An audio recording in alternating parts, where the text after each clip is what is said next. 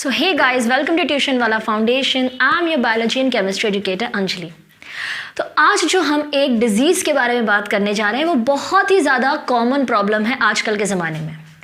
होता क्या है, कभी कभार पेरेंट्स शिकायत करते हैं कि हमारा बच्चा पढ़ने में थोड़ा कमज़ोर है, हमारे बच्चे की ग्रोथ प्रॉपर नहीं हो रही है, हमारे बच्चे को सुनने में दिक्कत हो रही है, हमारे बच्चे को चीज़ें समझने में दिक्कत हो रही है। तो यहाँ पे एक चीज़ समझने वाली ये है कि बच्चों की दिक्कतें निकालने से पहले हम एक चीज़ पे फोकस कर सकते हैं कि उनको ये दिक्कतें आई कैसे, उन दिक्कतों के कारण क्या है। क्या वो दिक्कत उन बच्चे को बर्थ से ही थी, जन्म से ही थी, या फिर उसको बाद में जाके आई है। तो इसी सब बारे में बात करते हुए एक सिंपल सा टॉपिक आज हम देखने वाले हैं, थायराइड के बारे में।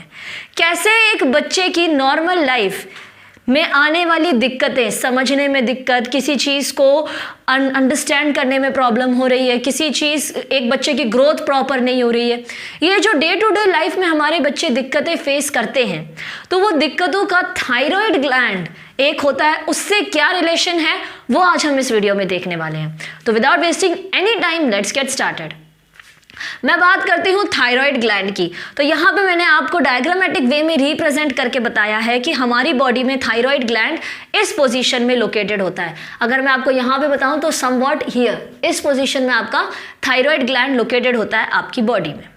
अब इस थायराइड ग्लैंड और बच्चे में जो दिक्कतें हैं उससे क्या रिलेशन है, तो उससे बहुत ही ज़्यादा इंपॉर्टेंट रिलेशन है thyroid a threat to the infant. यानी कि जो आपके बच्चे दिक्कत अभी अगर फेस कर रहे होंगे, समझने में दिक्कतें फेस कर रहे हैं या उनकी ग्रोथ प्रॉपर नहीं हो रही है, वो शायद उनको उनकी बर्थ से ही वो डिजीज़ है। ठीक है, तो बर्थ से वो डिजीज़ कैसे है, प्रेग्नेंट, यानी कोई भी महिला अगर कभी प्रेग्नेंट है, कोई भी महिला अगर प्रेग्नेंट है और मान लो उस महिला को थायराइड यानी गोइटर डिजीज़ है, थायराइड यानी गोइटर डिजीज़ है एक प्रेग्नेंट महिला को, तो उस वजह से उस महिला के इन्फेंट यानी नवजात शिशु पे क्या दिक्कतें आती हैं। तो सबसे पहली दिक्कत है उस इन्फेंट की जो ग्रोथ है ना वो रिटार्ड हो जाती है।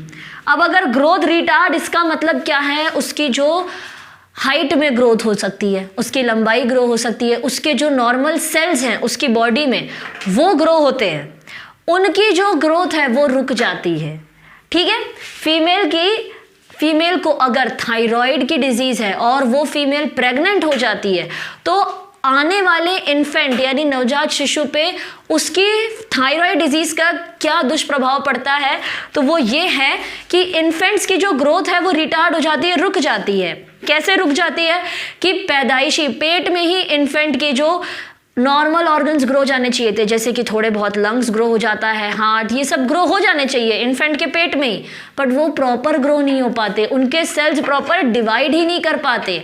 शिशु को खाना तो बराबर मिलता है पर उस खाने को डाइजेस्ट करने की कैपेसिटी उसकी मिट जाती है।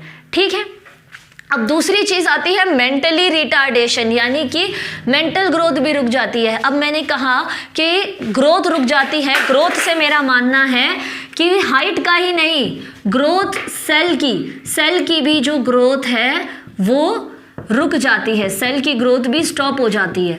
तो अगर सेल की ग्रोथ स्टॉप हो गई तो सेल सिर्फ हाइट के लिए थोड़ी ना रिस्पॉन्सिबल है, सेल आपके ब्रेन में सोचने की शक्ति के लिए भी तो रिस्पॉन्सिबल है।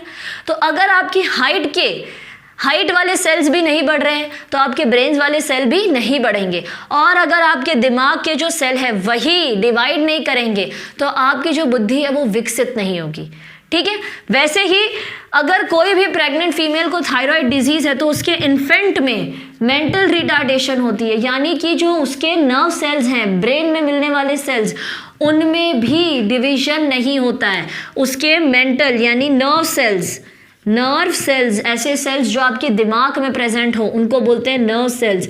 ये नर्व सेल्स भी डिवाइड नहीं करते, और अगर आपके नर्व सेल्स भी डिवाइड नहीं कर रहे हैं तो इसका मतलब ये है कि आपके इन्फेंट के अंदर जो दिक्कत है वो बचपन से ही आ जाती है, तब जाके उसे आगे जाके जब वो बड़ा होता जाता है तब उसे सोसाइटी में से डिस्क्रिमिनेशन फेस करना पड़ता है कि सब बच्चे याद कर पाते हैं, एक बच्चा याद नहीं कर पा रहा है, सब बच्चों की ग्रोथ हो रही है, एक बच्चों की ग्रोथ नहीं हो पा रही है। तो ये दिक्कतें कभी कभार आपको आपके जन्म से भी हो सकती हैं। तो इसीलिए आप में पेरेंट्स को एजुकेटेड होना बहुत ज़रूरी है। कोई भी प्रेग्नेंट फीमेल, अगर कोई भी फीमेल प्रेग्नेंट हो या कोई भी फीमेल को थायराइड बीमारी हो, आपके नज़दीकी कोई, आपके परिवार में, आपके दोस्त में, आपके आस पड़ोस में कोई भी ऐसी महिला हो जिसको थायराइड की बीमारी है, तो उन्हें बोलिए कि बेबी कंसीव करने से पहले आप डॉक्टर से जाके कंसल्ट ज़रूर करें कि क्या इस हालत में आपको बेबी कंसीव करना सही है या गलत, और जैसा आपको डॉक्टर बताएं उस हिसाब से आप अपने बेबी को कंसीव करें। ये जो स्टेप है ये एक बहुत ही इंपॉर्टेंट स्टेप होगा आपके लिए और आपके आने वाली जनरेशन के लिए, जो प्रॉब्लम उनको सफ़र ना करनी पड़े।